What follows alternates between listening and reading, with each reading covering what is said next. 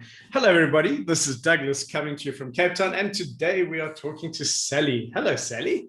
Hello. How's you? So, where are you?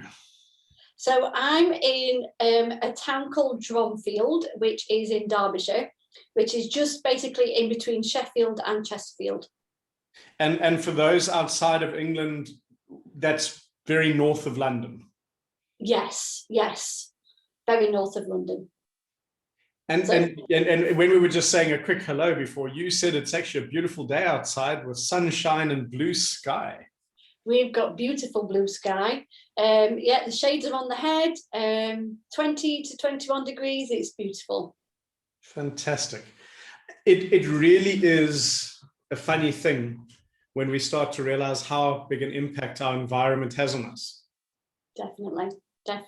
Because when everyone's in lockdown and the weather's really crap and cold and horrible, it doesn't help.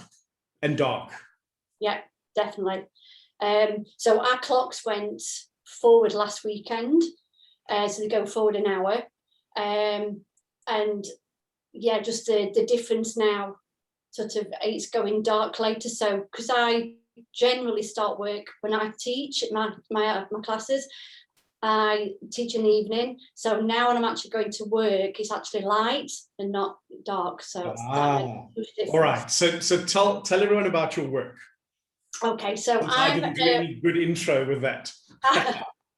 So I'm a dance teacher. I own my own dance studio, and I've been running it since November 2011 is when I first started my own school.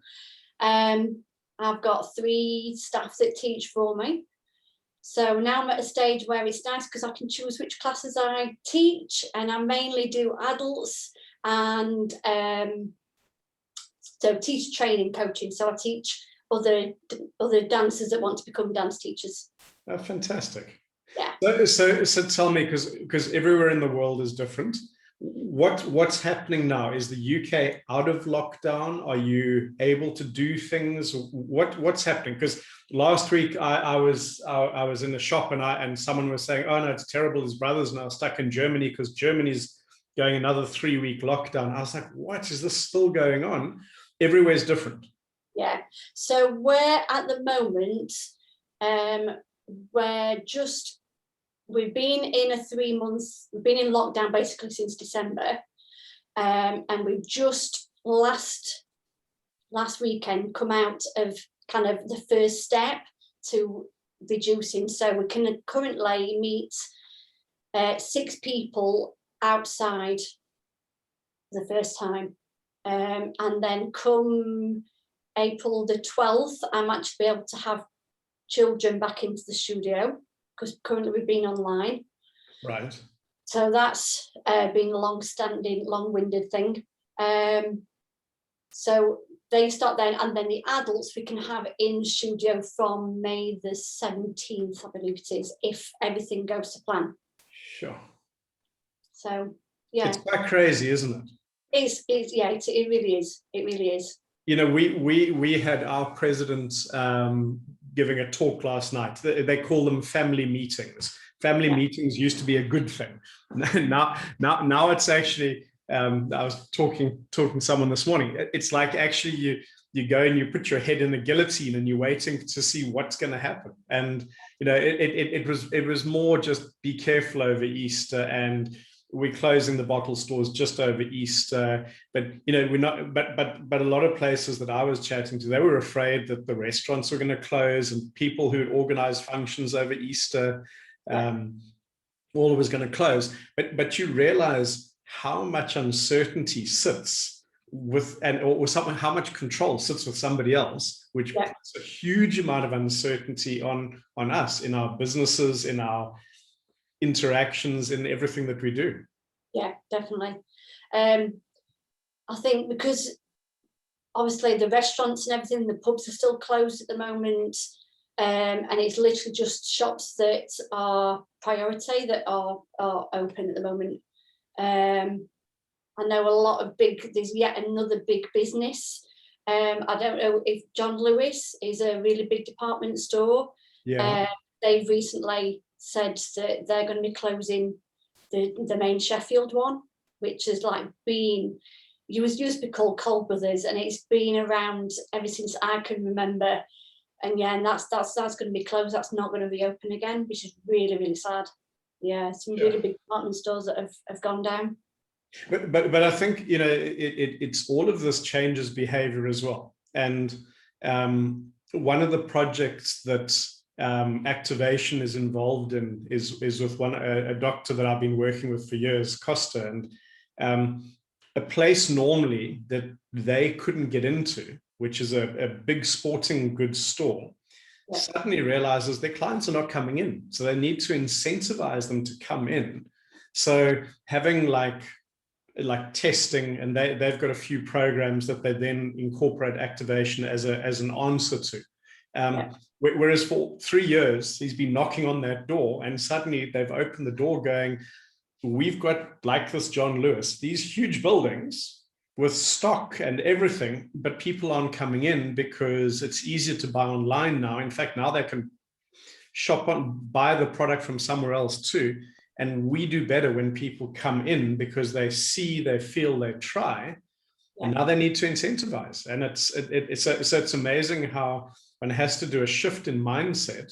And a lot of places, all that big space that was amazing before now becomes this big heavy burden that you have to carry. And it's sad that this time has now knocked them out.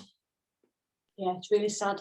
And as well, there was quite an upsetting post on Facebook this morning, which I'm not a scroller. I literally just go on and do my posts. Scroller.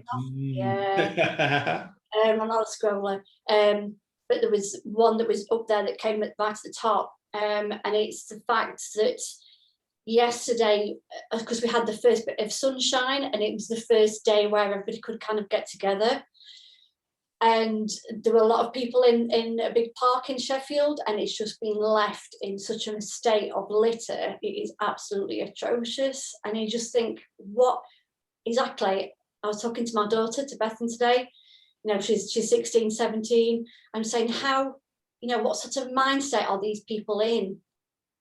You know, to go out, enjoy themselves, enjoy the fresh air, the sunshine, and then they leave the area in just basically a dumping site. And it's just saying how sad it was. And I'm saying, well, you know, isn't it sad for them of what mindset they are actually in right now? Where are they at? That's quite an indicator of the impact this is having on people. Completely. And kind of how things we would consider obvious. You pick up your trash, you take it home, or you put it in the bins, and there's a level of, you know, first it's self-respect, and then it's respecting others. But when you've had this disconnect and you're not used to others, what's others? I'm not allowed to even, you know, we can do this, but we can't see you unless you're part of the bubble and part of this. But you start to see how behavioral shifts come quite dramatic. They can be dramatic.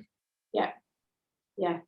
And that's sad. And it's like, it's in my mind, it's, you know, the first instinct to say, God, what are these idiots doing? But the other side is, wow, I wonder what's been this year has done to them that makes them not care anymore.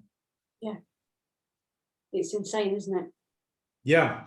And it's like, you know, I think there's a part of me that wants to go, wow, that's really sad. But in a sense, with what we've been gifted with in this work, it's part of the opportunity of helping people out of those places. And, you know, I think it's been a while since I've mentioned it, but like part of the thing is we're going to go through ups and downs. You know, you're going to have weeks where you feel no matter what craziness goes on, you're invincible, and other weeks where you can't even figure out what it is, but you just feel tired and like the stuff's not reaching you. Yeah. And you know, I think it's such an important thing to allow ourselves to do that, and to, you know, to not always have to have the smiley face and the it's all good, you know. And like I'm glad today that you and I are talking, because like I realized I was having this conversation with Werner this morning because I went for my eye training, and the first time, like, I had to send him an email to say, dude, I'm just going to tell you up front, I haven't done any of my training, any of my homework. My brain's just not been in it. I haven't had that like, ooh, let's do this. And I can't tell you anything particular happened. But what was interesting is when I checked in with Costa on Monday, and I went and I did an assessment. So plugged an Amiga wave onto my hand and my head, and you lie there for a few minutes, and it checks all your stress indexes. And but as they've developed it, it also checks your brain activity. And my sympathetic parasympathetic balance, perfect, exactly where I've trained it to be. But my brain, oh my goodness, it was cooked. It was overloaded. And what he's been saying with all the executives that they're testing is people they tested a year ago in high stress jobs, they had a bit of that, and every now and again they'd have to warn someone. And now what they're finding is almost everyone they're testing is overwhelmed. So it's measuring in the brain. You know, you can actually measure it, and the brain's going. Yeah. So like I was finding this week, every time I looked at the app from Werner to go, these are the exercises you have to do, my brain would just go, I can't. And you've got to, it's not always easy, but you've got to go, okay, that's just where I'm at. Yeah. And it's funny because it makes, what I've realized is, for me this week, it's made me have to question everything again, because it's like, it's a year. You know, I think it was a couple of weeks ago, we went, wow, it's a year since our first lockdown originally went in. And I think, like, again, we plan for a period of time. So my brain, when everyone was talking 3 months, my brain went 1 year. And so I planned for a year. And I'm actually, as I'm saying this, I'm realizing now I know why my brain did what it did. Thank you. Thank you for listening. Because I allocated a year. And, you know, it's funny, still every week I get emails from people going, when are you running workshops again? When are you coming to the UK? And I want to go, when are you going to open up? When are you going to be able for, you know, I can get on a plane, but that doesn't mean I'll be allowed in. I don't. And but it's amazing. Just like that central governor fatigue theory says that we, you know, the mind gives you the energy, almost pre-plans. Hey, you're going to need this much energy for this period of time. And it's funny. I planned on a year, and at that year, I didn't realize that I needed to reassess and reset. Yeah. Yeah. But it's a funny thing. So even like, I've got to do an interview, and why I'm happy is it's you, because I've got footage of you that you've sent me, and footage from Sheffield with you, just this beaming smile and this beaming energy. And so it's kind of, so when something had a resistance, I just changed it from, I've got to do another interview, versus, wow, I get to talk to Sally, that's cool. So it's funny. It's figuring out what are those things, and why does the brain shut down, and why does it do stupid things? Yeah, it's interesting because when I teach my adults in an evening, you can see we start with a warm-up, and we do the baseline, you know, we do a test. Okay, let's just see wherever we're at, you know, little rotation, little just shoulder lifting down, you know, where are you at right now? And then we do the warm-up, and then we do the activations. And if you can just see them on the screen starting to lift immediately. And then by the end of the dance lesson, by the end we've done whatever, whether we're doing tap dancing or, you know, jazz dancing, and they just feel so much better. And the amount of times they've said, oh, do you know, I was getting really tired, I wasn't sure whether to come on tonight, you know, particularly during the winter. when it's, you know, dark, they're finished and don't really want to start again, but how pleased they were of how much better they felt afterwards. Just such, and you know, they were just so thankful that they had, all right, they weren't in person in the studio, but I was there on the other side, smiling, happy, come on ladies, how we doing, you know. And yeah, I mean, there are those moments, you know, as a dance teacher, you are constantly motivating. That's what you're there for. Yeah.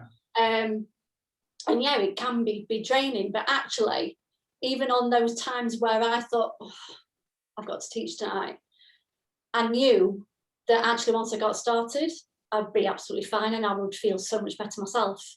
Absolutely. That's my time. That's my time. Well, it's almost like I think it's that energy moving. So when we're sharing ideas and seeing shifts and changes, it's very invigorating for the system.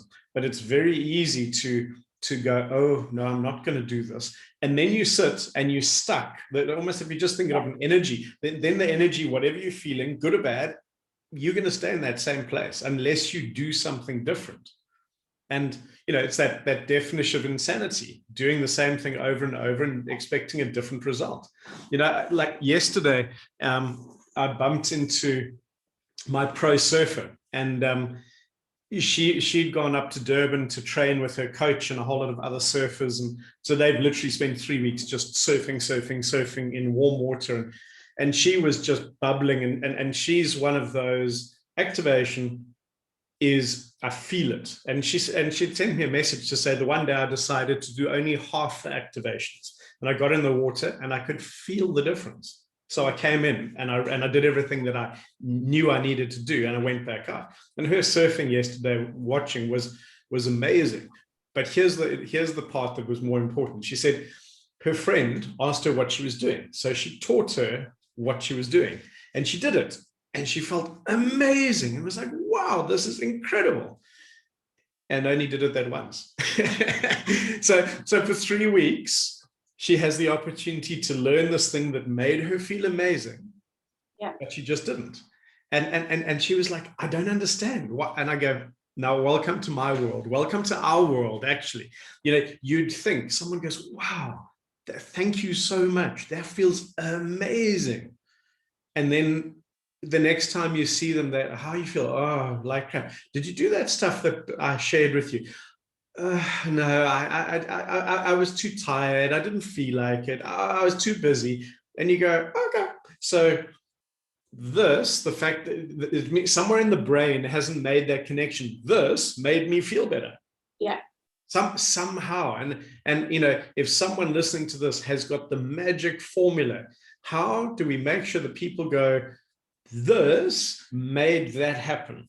You know, it's kind of like with Jenny's interview, having all these people realizing after the 6-day challenge, going, my mind feels, I feel happier, I feel lighter, I feel all these things, and it's like people seem surprised by that, and it's like somewhere in there, I think we haven't found the right language for people. You still don't want to say, you rub this point and you're going to feel happier, because that's not true. Because sometimes you're going to rub that point, you're going to discover something really sad, and you're going to bawl your eyes out. You know, you'll probably be happier afterwards. Yeah, definitely. And I think I was having a conversation with my daughter, talking about kind of the importance of being in touch with your emotions, and actually, all right, yes, it's good. Yes, we want to be happy, but also we need to feel those times, that contrast of not feeling so good, because how would we know what felt good? We didn't know what felt bad. And it's that contrast, isn't it, of knowing that and actually accepting, yeah, okay, so today I'm not feeling quite so good, but then again, that's okay. It's okay to have those moments. Absolutely. And it's not, you know, we don't have to be always up there, as long as you don't stay down there. That's the key, isn't it? It's not wanting to stay down there. It's wanting and isn't that what you want kids, you know, you said your daughter was 16, 17. Yeah. So you, to have them understand that you're allowed to feel sad, you're allowed to feel overwhelmed, but you can get, as long as you know you can get yourself out there, those feelings and emotions don't have a hold on you. And if, like, let's say you and I had learned that when we were 16 or 17, and how different it would have been in everything that we do. You know, when you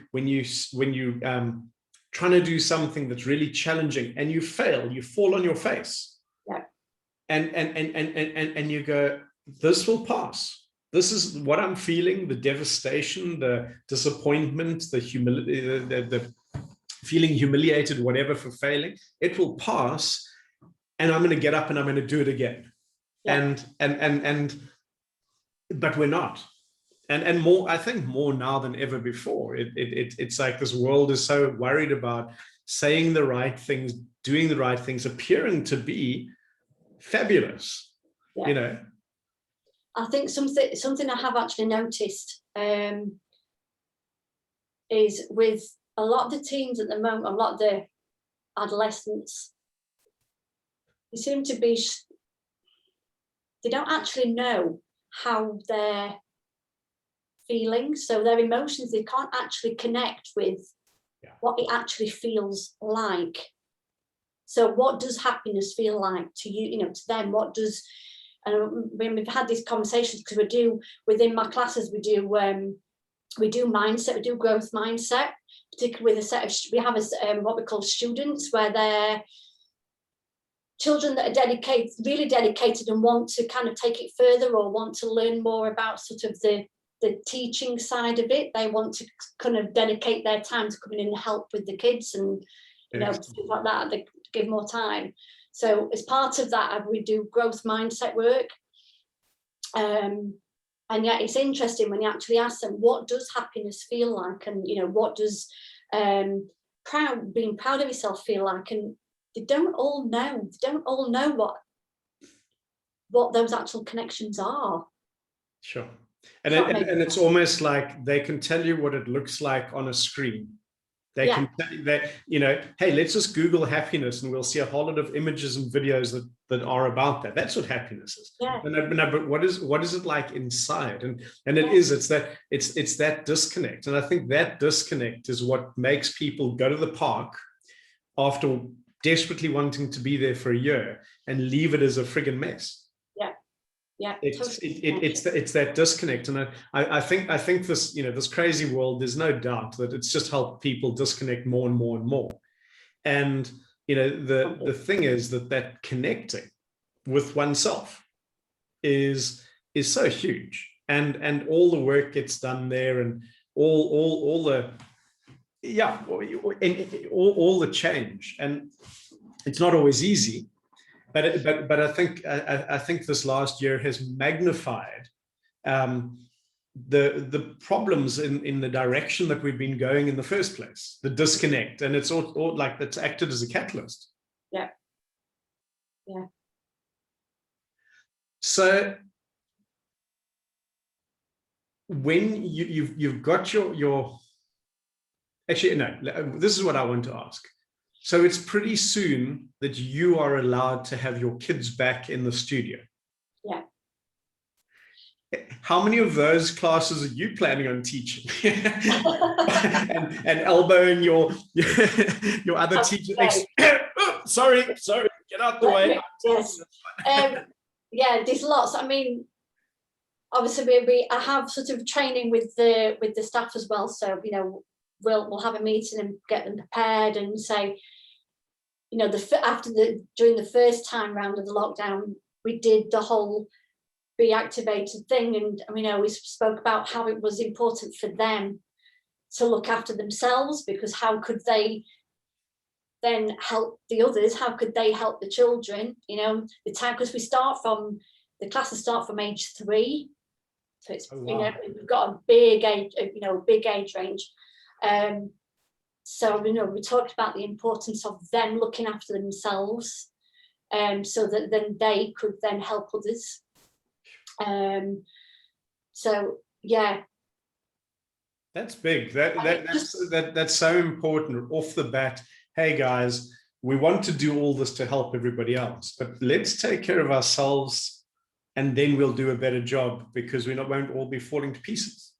Yeah, completely. And I've kind of used it as well with the adults, with the mums.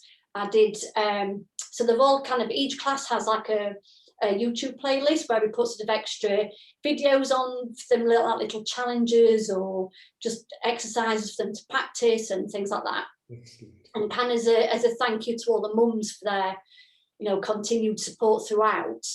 I made them their own playlists, and I gave them sort of lots of 5 minutes of mum me time, purely just off the bat. So we did, and again I included the videos of the activations, just say, I appreciate mums, you've not got a lot of time, you're doing homeschooling, you're working, you're keeping the house running and everything. This is just 5 minutes that you can just go into a little cupboard somewhere. Yeah, a little cupboard somewhere and take time out. And again, I kind of spoke in there about, what did you say? Like, go, what my brain did? It's almost like Harry Potter living under the staircase, the cupboard under the staircase. Almost like, okay, mums, go hide in the cupboard and quickly. Have you not seen that? There's an advert for Maltesers. And I mean, you might not have seen it, but over here there's an advert for Maltesers, and it's like a Zoom call of 4 mums, and one of them's hiding in the cupboard, and all the other mums are thinking that they're playing hide and seek, and just says, no, I'm just hiding from the kids. Hiding away from the kids. It's classic. But yeah, so kind of giving them and kind of explaining. I think the thing is, particularly as a mum, and I know you're a parent as well, but I know particularly as a mum, you feel that everybody else comes first.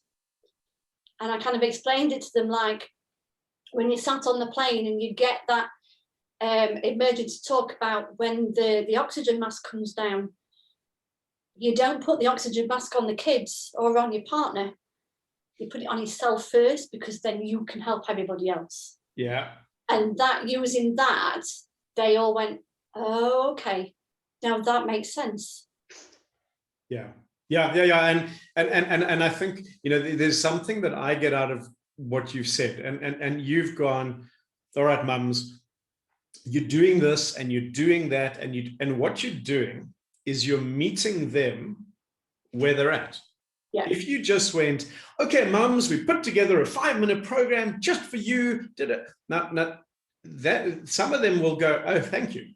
But when you start the program by saying, by saying, this, we know this is where you're at, this is what you're doing, suddenly it's like, you guys know me, you know what I'm struggling with.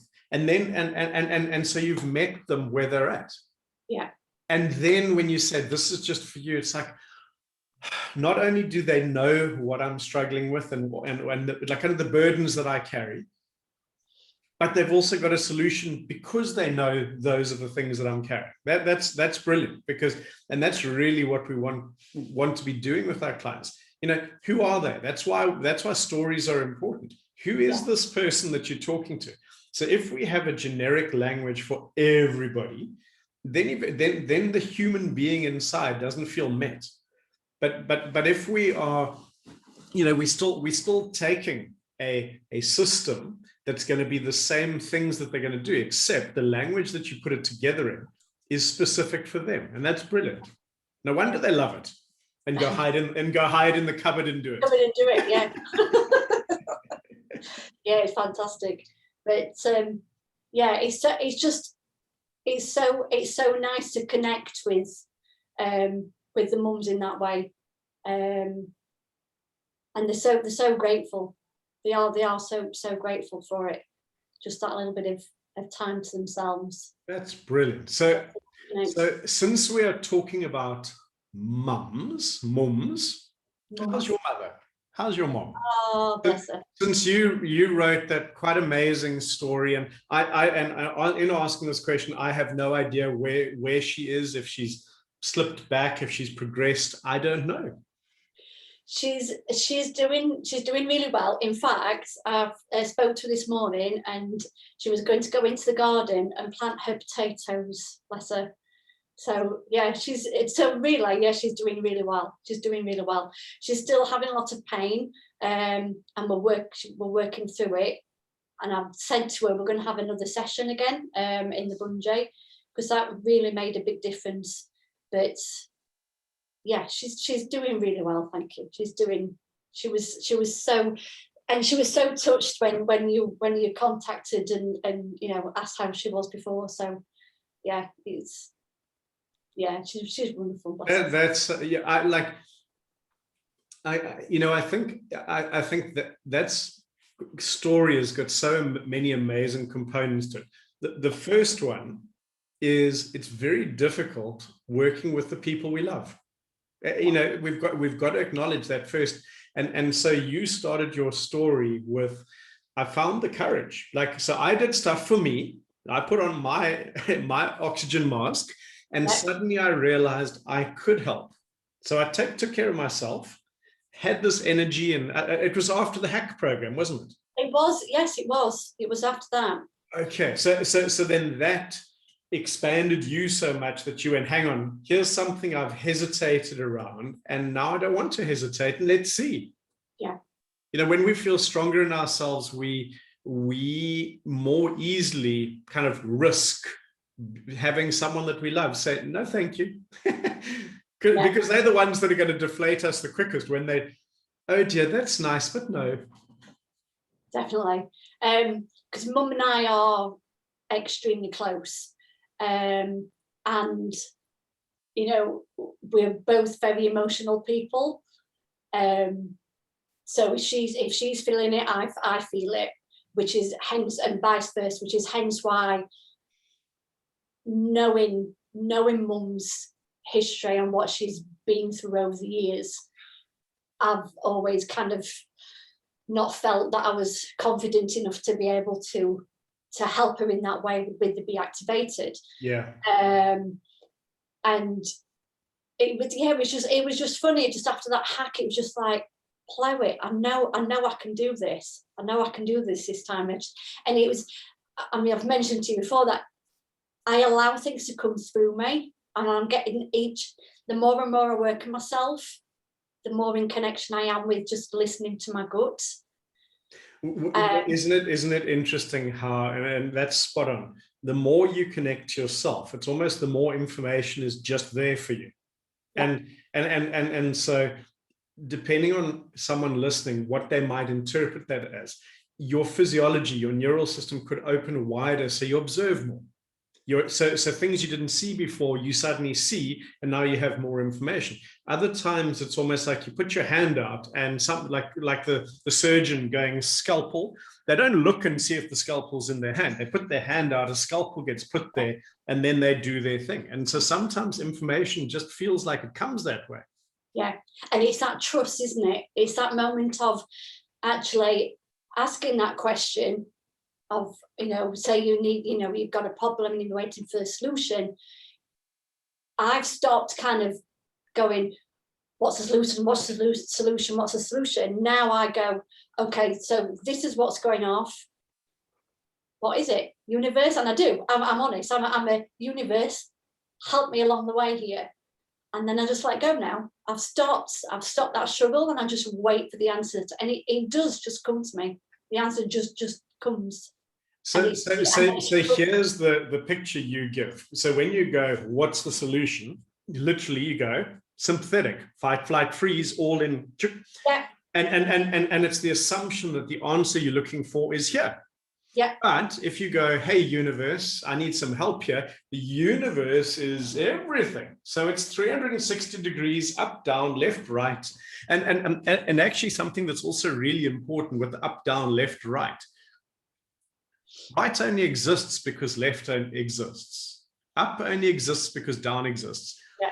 Joy only exists because sadness exists. And one of my favorite books that in fact, I used to read it to Matt when he was too young to even know what I was reading. It's called The Little Soul in the Sun. And it's by a guy called Neil Donald Walsh, who wrote Conversations with God. But it's a kid's book. And it's about this little soul having a conversation with God and going, I want to know who I really am. And God says, well, you are the light. And the little soul goes, yeah, that's nice, but I really want to know, i.e. feel what I truly am. So God says, well, little soul, you can go down onto earth. And what I've done is I've created the opposite of what you are. And the opposite of light is darkness. And so it's this interesting thing. You only get to know who you are when you have the opposite show up. Courage isn't like someone puts a star on your chest and says, there you go, you're courageous. To be courageous, you had to overcome something. And then what overcame, like, let's say that you overcame the darkness and you found the light called courage, or you found the light called forgiveness. So the little soul says, I will choose forgiveness. And so, you know, it's such a fabulous thing, because then the good soul comes along and says, I will help you. I will go down and I will lower my energy and I will become dark and horrible. And I will do something so nasty to you that you can then be that part of the light called forgiveness.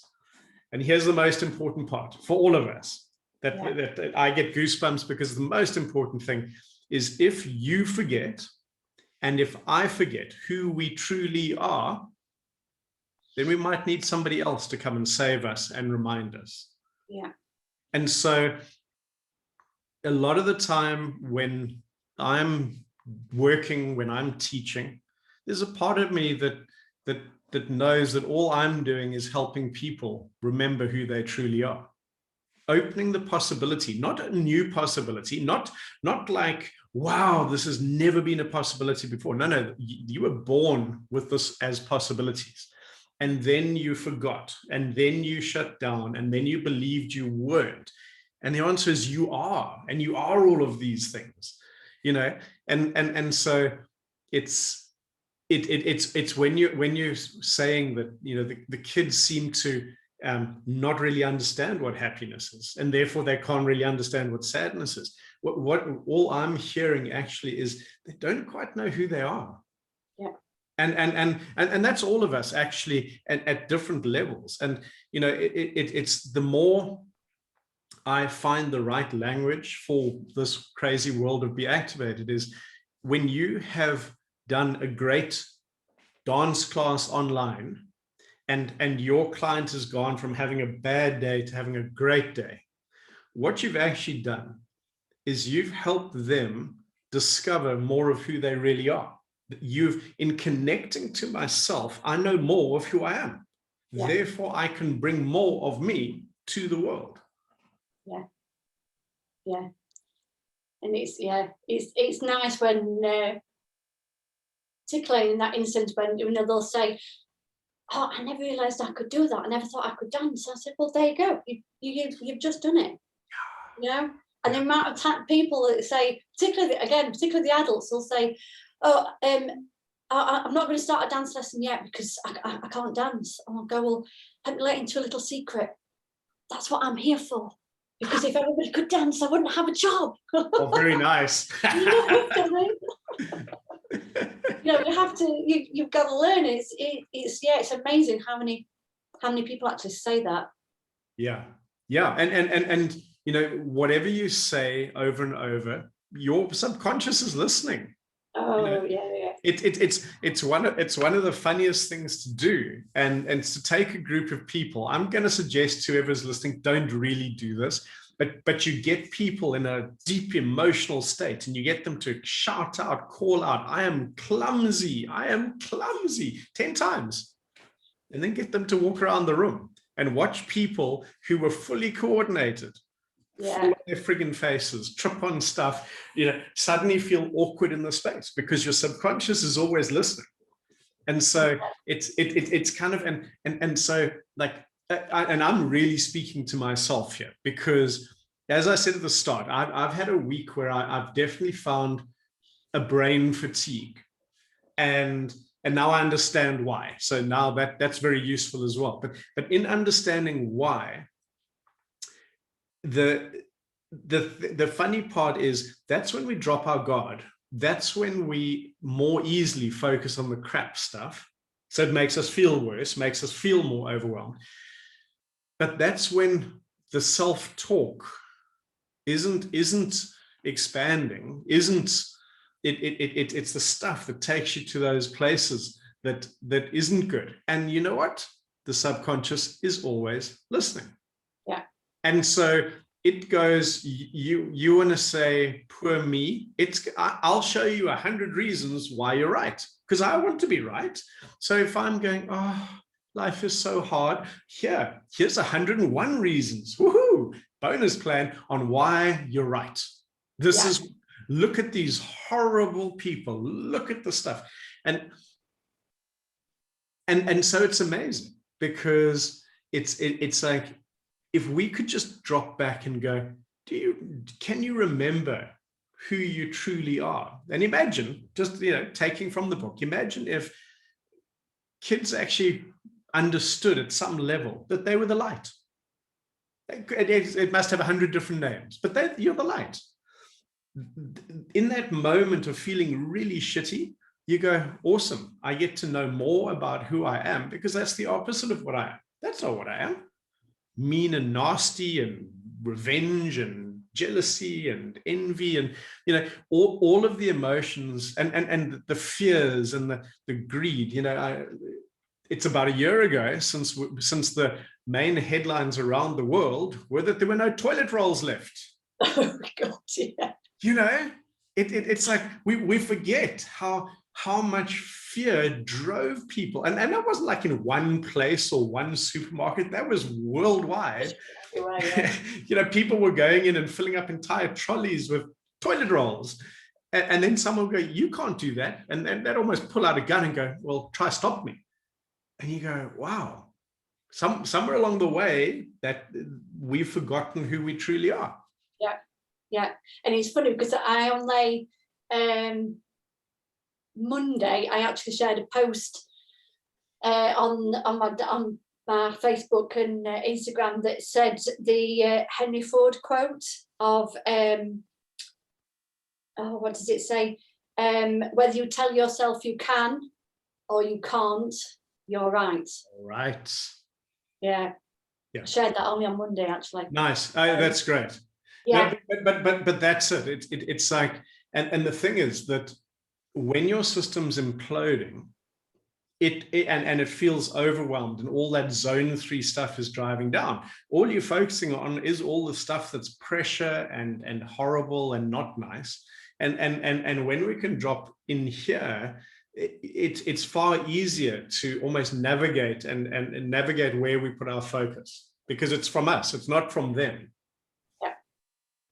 Yeah, it's and I think it's such a funny thing, because one of the things that I'm putting on my list, and so anyone listening, it's getting on the list. I'm not committing to doing it yet, but I need to redo the BeActivated for You program, because the energy of that program, it's all right, but it was for a holy crap, this was made in March last year, holy crap, COVID is coming, we're getting locked down, hey guys, this is how we're going to get through the lockdown. And actually the mindset was 2 months, 3 months, like we all thought way back then.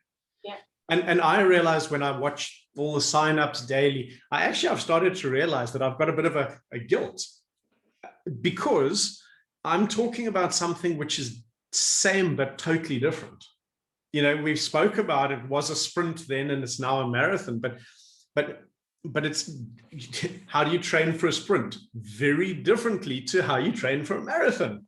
Yeah, completely. Yeah. And so I think, I get a lot of emails and questions like, hey, when are you going to launch another program? When are you going to do this? And I have this belief that I launch things when I have a compelling desire to do it, not just because it's the right thing to do. You know, oh wow, everyone wants some level 2 stuff. Cool, I've got level 2 stuff. You know, it'll take me 2 days to finish it off, but I'm not there yet. But the one that's starting to become compelling is the BeActivated for you. And making it appropriate to now, because we are probably not even halfway, to be honest. Now looking at it, yeah. If we look at this, you know, because our focal point went, hey, the vaccine, and I'm not sure that's going to change much actually, because we're still going to stay locked down, and we still have all these long lingering things. Yeah. But yet, like, imagine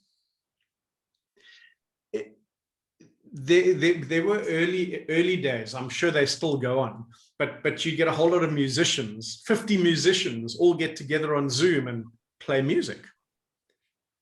I wonder what would happen if there was this huge dance class. Huge. Yeah. Huge. With music and dancing and people who are exceptional at dancing and people who can shuffle a little bit. I'm going to put myself in that category. And okay. it's safer that way. And you know, it's like, wow, that would be a beacon of light. Definitely. That would be amazing. Yeah, that would be amazing. You know, it's kind of like, yeah, and I'm thinking out loud, which is generally what I do. But imagine it was, imagine like we take Jenny's kind of idea of a 6-day challenge, and each day is done by somebody different with a different theme. That would be amazing. Yeah. You know, so you know, we'd have a dance day. We'd have a, I don't know, day.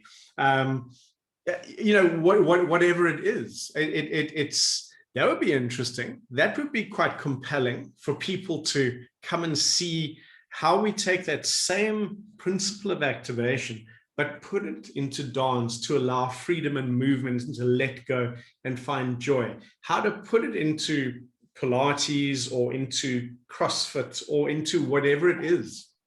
Yeah. Because interestingly, actually, from the first time that I did your course back in 2012, which I loved the first time, and I only did level 1 that time, and that was at Jenny's studio. Actually, I don't know if you can remember. Yeah. And I never quite grasped how to. So I always used it. I used it as one-to-ones, and I never really grasped how to get it into the classes until the second time round back in last February when we did in Sheffield before I went into lockdown, and then I grasped it that time. So then I developed using it into the ballet classes with the adults, where I would do, so we would take an exercise, say a plie exercise, then we would do an activation, and then we would do the plie exercise again. So the baseline, the thing, and then intervention after. And it worked really well. So that's how I've been running my classes now. That's how I've been doing the ballet classes, and it works so well. Yeah, it works really well, and they notice the difference. And I'll play about with it, and then, you know, sometimes we'll activate actually during the exercise. So rather than concentrating on the arm, we'll activate during the exercise, and changing the breathing as well, because with dance particularly, we will use the breath to change the way an action is done, so the way the feel goes behind it. So I would do that as well, but change the breath, and it is amazing how many times they turned around to me and said, I wasn't breathing before. They realised I've actually been holding the breath throughout. Yeah, but can you see, if we just take that back and constantly you're helping them to understand more about what they're doing, therefore who they are, because what you do consistently is actually who you are. Yeah, it's that. Yeah, amazing. And it's that thing is, isn't it? Your body doesn't know what it doesn't know.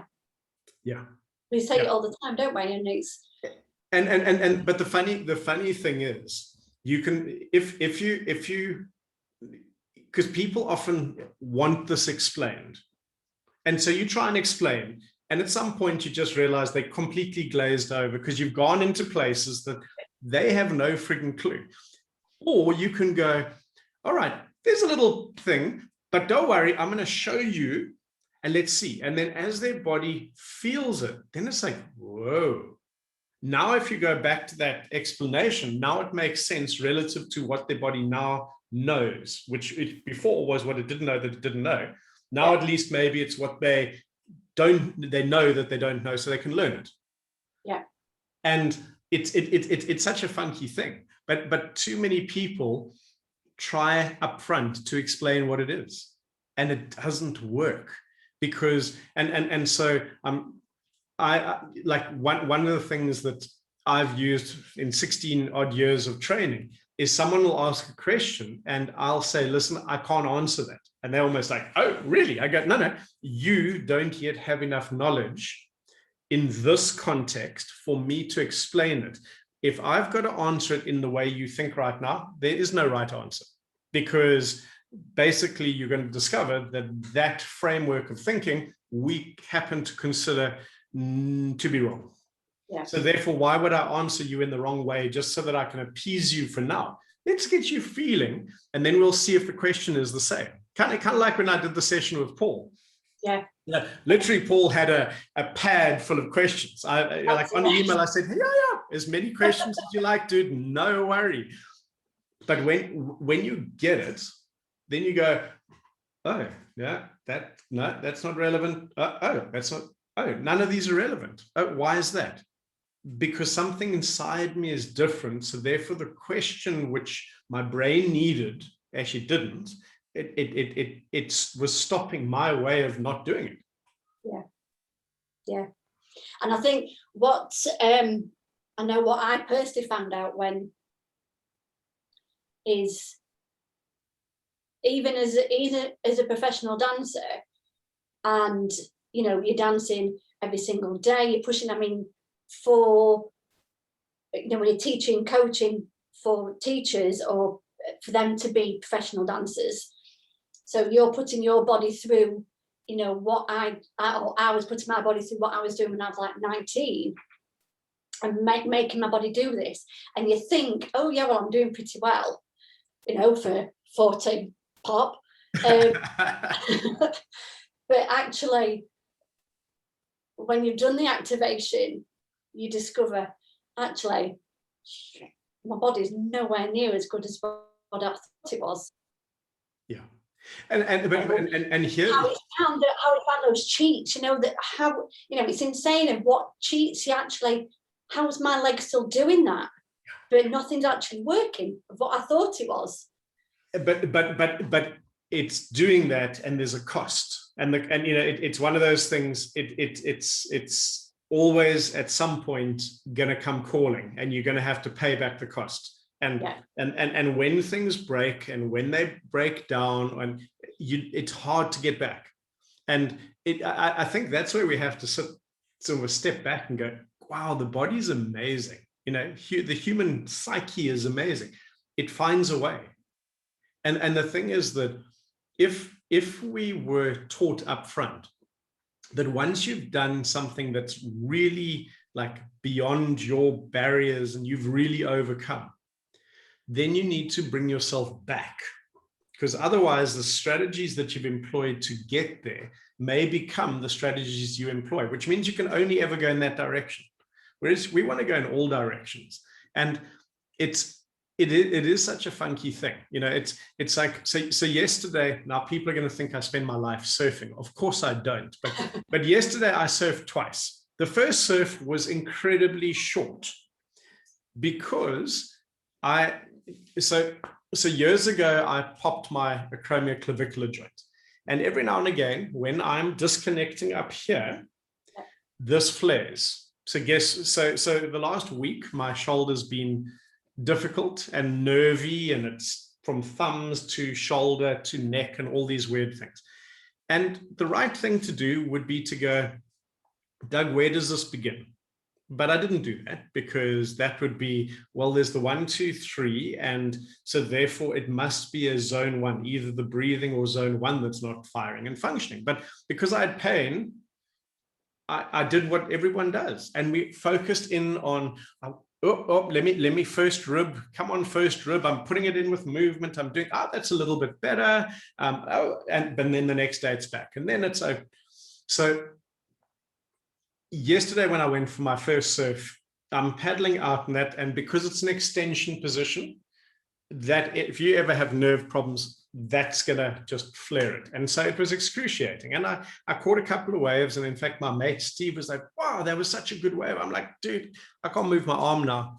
And so I chatted to him a bit later, and I said, I'm going off, I need to solve this. And you know what the solving was? The solving was, what am I missing? What would I be saying? I know I'm a 3-3-3 leg on that side, and I've checked in with my calf, and it's not talking too loudly. So something's wrong. Well, actually, it was my hip. My hip was completely locked up, but my brain was so disconnected that I hadn't noticed. Yeah. And so I had to take time out, go away. I went to another beach and sat in my car and went, hang on, let me just assess myself, feel what's going on, because this is excruciating. This is ridiculous. And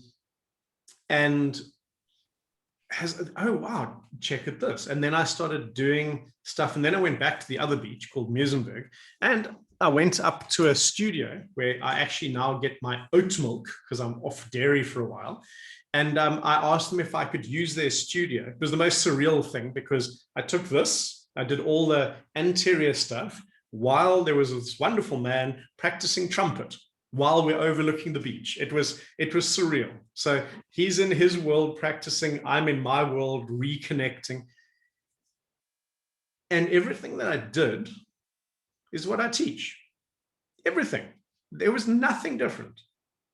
And when I finished, I went off for a surf, and my pain was maybe 10 or 15% of what it was before. So 80% was gone, and I didn't touch my shoulder.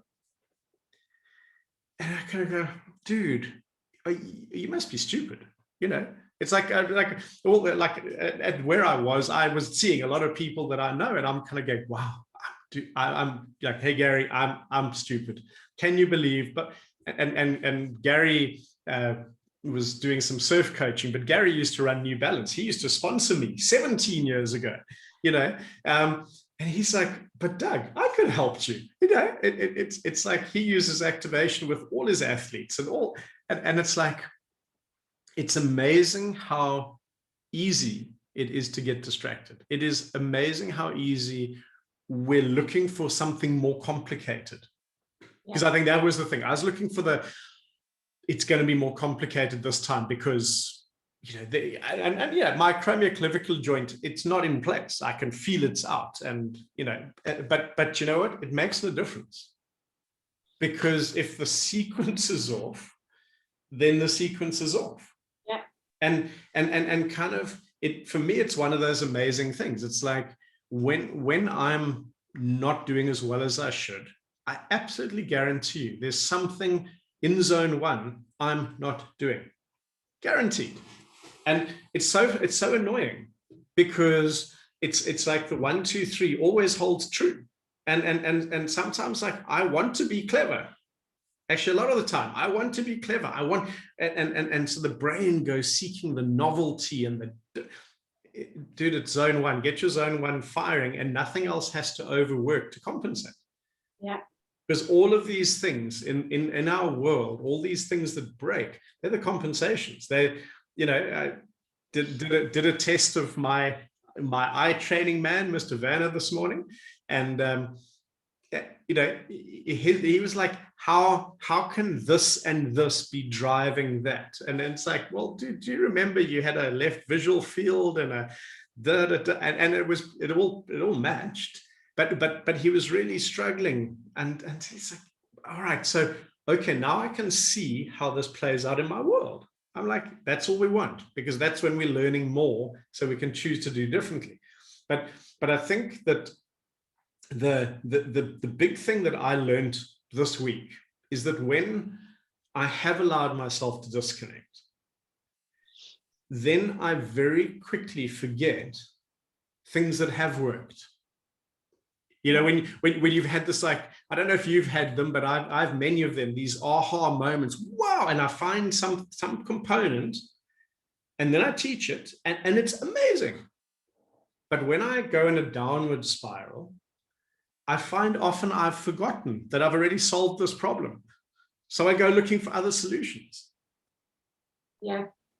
I can always tell when I'm not connected properly, because so I'll always plan for my classes. Obviously, I'll get my choreography ready, but a lot of the time I'll change, because as I'm teaching, as I'm dancing and going, the inspiration will just come again. It'll just come through me. Yeah. And I can always tell when I'm disconnected, because it won't, and I'll be stuck, and the choreography will just not be there. Or what does come is pants. So I'll then for the audience around the world, please tell them what pants actually means. Pants means rubbish. It's rubbish. Yeah. It's no good. Yeah, it's pants. What she's saying is wearing pants is rubbish. Yeah. But yeah, it's amazing, and I can tell, and at that time I will go, right, stop. I know it's no good, so I'm just going to stop, because I'm wasting my time. And I'll get into class and I'll start dancing, and then it just comes and it just flows, and I'll be tuned in. So you can tell, I can always tell. And that when we're working with a client, when I'm doing a one-on-one and I've got caught up and I've got almost distracted myself going a particular path and it's not working, that's exactly the time when one's got to go, whoa, this is not right. I need to take a step back and go, wow, I think I've just lost it a little bit. I promise you, your client already knew that. They could feel it. Yeah. They could feel that disconnect. And when you do that, it's like, I think that people were always surprised when I shared that when I don't know the answer with my client, I'm the happiest, because then I go, wow, this is kind of weird. I have no idea what's going on. And my client will go, what do you mean? You're the one who's the expert. I go, I know, but I'm missing something. But in the moment that I express that, almost the moment, like if we go all the way back to kids and emotions, the moment I can say, I'm feeling sad, I can do something about it. But if I'm feeling sad, but trying not to be sad, or trying not to let anybody know that I'm feeling sad, good luck with that. Now you have this compounded situation. When we're working with a client, if we don't know what's going on because things don't seem to make sense, then tell them, because they probably have a piece of information you haven't yet got. And like, I can remember years ago having, I can't even tell you if it was male or female, but I can feel it in my body, because I think it was a lady, and I could not figure out for the life of me with the 1, 2, 3. Something was up, and it wasn't working. Nothing, like the information was vague, and she'd had a lot of pain, and it should have been this, but it wasn't. And so I was like, listen, I don't know. I feel like I'm pretty much flogging a dead horse here. Do you mind if I get you to stand up? And what I'm going to do is I'm going to mimic you. And if I look really grotesque and weird, I'm gonna exaggerate everything that I see. And it was weird, because I kind of and suddenly I'm like, crap, my thumb. I got like this electric, oh, my thumb. Did I not tell you about my thumb? And it turned out that everything had started in her thumb, but everything had progressed so far that we actually found that she was driving her psoas and her glute from the top of her thumb, not thenar eminence, right at the top. And literally me going, oh, geez, what's that? It allowed me to ask a different question. So I was looking stupid because I was mimicking and we do that in class, in workshops. We go, usually we talk about pick your most difficult client, and usually it's the one they are a difficult human being to work with, let alone complicated. And then when you mimic and take on their posture, so I always say to you guys, when I look at you, I don't like, if I look at you, Sally, I don't want to see Sally, I want to see Mrs. Smith, and you're not the same, and how quickly when we mimic people's physiology, oh geez, that feels horrible. Yep, that's where they live in that place. Our job is to help them out of that place. Yeah. And so if you're ever not sure, mimic, copy and feel what they may feel. It maybe helps you ask a different question and they go, oh yes, and there's more information. And suddenly it reveals. So there's the almost like that you go, hey, it ain't flowing. All right. Acknowledge it ain't flowing. Yeah. It's funny. It's that taking it from looking at it from a different angle, isn't it? So when if I'm teaching and I'm watching the students, I will move. I'm a mover about it. So I will look and stand at one angle, and then I'll change and look at another angle. And if something's not quite right, or the technique's not right, why is that happening? I'll change and I'll go from standing to the floor, and I'll go behind and check. And it's amazing just from shifting from one position to another level, how you see things completely different. And you can then connect and go, I see it now. But whereas you're focusing on that, it's focus again, isn't it? You're focusing on that one area.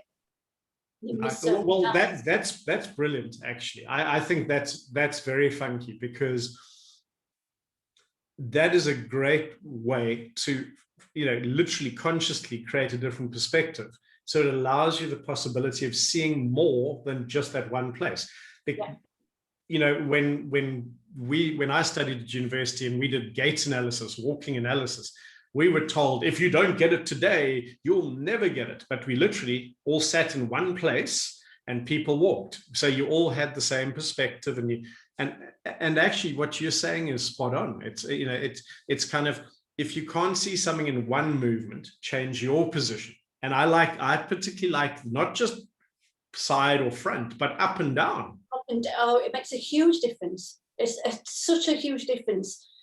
I think it's just changing of everything, isn't it? It's like when I'm teaching as well, and I'm explaining to the kids of a rule of a step or how something's working.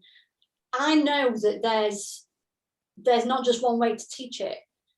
I know the students so for example, in tap dancing, so because a lot of it's all about different rhythms and very intricate rhythms, right? So one person, I will know that I can, in my class, can just show them the steps and they'll pick it up. Another person, I'll have to clap the rhythm for them and they'll get that rhythm, they'll hear it, oh yeah, I can do that. Another person, I'll have to count the rhythm and then they'll get it. So it's knowing as well, it's knowing your client or knowing your pupils of how they resonate, how do they respond, because we don't how do they learn? Yeah, we don't all learn the same. And it is so important to know that. And even now, I've been teaching since I was 16, so nearly 30 years. I'm giving my age away now. What was that? Pop.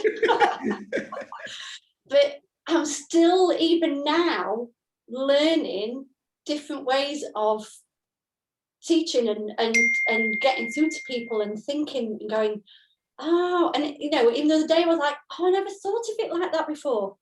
And this is a movement that I've been doing since I was, I've been dancing since I was age 2. So it's just that importance of being so open that you're always learning. That's You're so never ever so important. Yeah. I've got another one for you though. So let's say you have one dance teacher who's your primary teacher through your junior years. And let's say, what pattern can we give them? Let's say they're just a bilateral 3-3-3 leg. Every technique and every instruction and everything they do will be through their pattern, which means 80% of everyone that they teach will become like them. Oh, yeah. Isn't that scary? Right. And then when you find the 1, 2, 3 in you, it's like, oh crap, now I know why I would say it that way, because that's the way the 3-3-3 leg would have to do it, or would feel it, or experience it. And yeah. so we get to we describe to the world what we feel, as in through our patterns. So if we're in shitty places in our bodies, we are sort of, be like me, be in this cheat pattern or be in that cheat pattern. And so this really is oxygen first, because yeah. otherwise everything that comes out is through a filter. And you know, there was when I was doing a lot in the world of golf, there was a particular guy who was getting paid like $50,000 a day to see clients. You know, that's not bad. But he single-handedly destroyed some very good golf professionals. So I'm being very vague here, just in case, because I want to be vague, because I don't want to be sued. But the interesting part is the way he taught changed when he decided to have Botox. Okay. So he changed what happened in his face, and it changed his swing and immediately changed the way he taught. And therefore, as he changed what he taught, he actually ended up breaking a whole lot of really, really promising, and actually they won things, athletes. And it's just Doug's opinion. But I was in that world at that time, and I was watching closely, and it was like, wow. But you know, people, yeah, no, he used to say it this way, now he says it this way. Why do you think the language changed? It's because this changed, so that his experience of his movement changed, therefore his language in describing the movement that he feels changed. Yeah. And I actually hope that people listening to this aren't thinking, oh wow, who's this bad golf guy? They should be thinking, oh my God, that really hurts my head. Because yes, what comes out is through the filter of what our physiology is doing. Yeah. That's quite scary. It is quite scary. Yeah, it is quite scary. It's interesting because you can, I can always see who's taught who. And, you know, if it go to see, you know, school shows of other schools that I know, and I know the teachers well, I can literally sit and go, oh, such and such has taught that class, and such has taught that class, because you can see the patterns. So you can see the mimicked patterns, because people learn by mimicking. And if your instructions are clear, they're giving you instructions to be this pattern, be like me. So hopefully, like, people are choosing their teachers wisely. And I think as well in the dance world, again, doing BeActivated changed my whole outlook on the way I taught dance.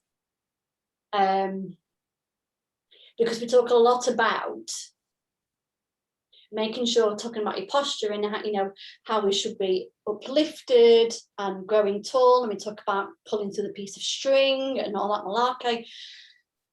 And whereas now I don't say that, I say, right, let's activate, and we're going to do our zone ones, and we're going to do our belly breathing, and from this state we're going to be in an expansive state. And I don't have to say uplift, because our body's already naturally doing it. Because the body's doing it. Hallelujah. So actually, I want to go back to the previous thing, because I just realized something too.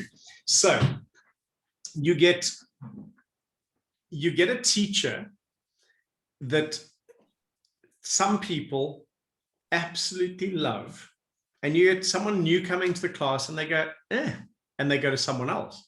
Why do you think that is? So let's say we've got the bilateral 3-3-3 leg, and let's say I'm actually an arm driver. Everything that comes out of my teacher's mouth is exactly the opposite of what my pat feeds my pattern. So therefore it undermines me and makes me feel like crap. Oh. Oh, head hurting. so the truly enlightened teacher, as a 1, 2, 3, would be able to speak to all patterns and bring them into a center where they can expand. Yeah. Yeah. Yeah. Actually, even my head's actually hurting. Yeah, it is. And it's interesting because I'm going to say carefully here. In the dance world, you can follow your dance teacher. We all are all very what they say goes. And it's interesting when you actually come to suggest, well, actually, maybe there's a different way to look at it. And it's, oh, no, it's challenging. Yeah, but that's beautiful. You know, years ago, I was in Loughborough, and it was for FitPro, the big fitness conference, and I had a lot of controversial talks because that's just how I like to do it. And I decided to do like a integrity challenge. And the integrity challenge, so we had master trainers from every training system. So there was dance, and there was martial arts, and there was wrestling, and there was TRXs, and I just wanted to show them how, you know, these are the top guys, and they're wonderful people. And in fact, I'll be having dinner with them tonight, and they'll be pissed off with me, but we're going to test them and see if their system is doing what it says it's going to do. And it was just a test, and pretty much everybody failed. And the only one, and I always say the name wrong, the only one that got, I think, about a 4 out of 6 or 3.5 out of 6 was the capoeira. And that was interesting. Everybody else was a 0 out of 6. And wow. I'm like, and so you've got this audience of 200-300 people going, but I follow them. Yep, that's what they're teaching. They're teaching you to not even be able to resist a finger. Wonderful. You know, so and the thing is that, but if you bring the 1, 2, 3 into that thinking, and let's say the TRX, and you take the TRX, you put the 1, 2, 3 with the TRX, then you have an amazing system, because then you're teaching an expanded TRX or an expanded wrestling or an expanded, very different. Then you are building, because every movement is perfect as long as the sequence is right. So there's nothing that's wrong. There's no system out there is wrong, as long as the body's expanding while doing it. Yeah.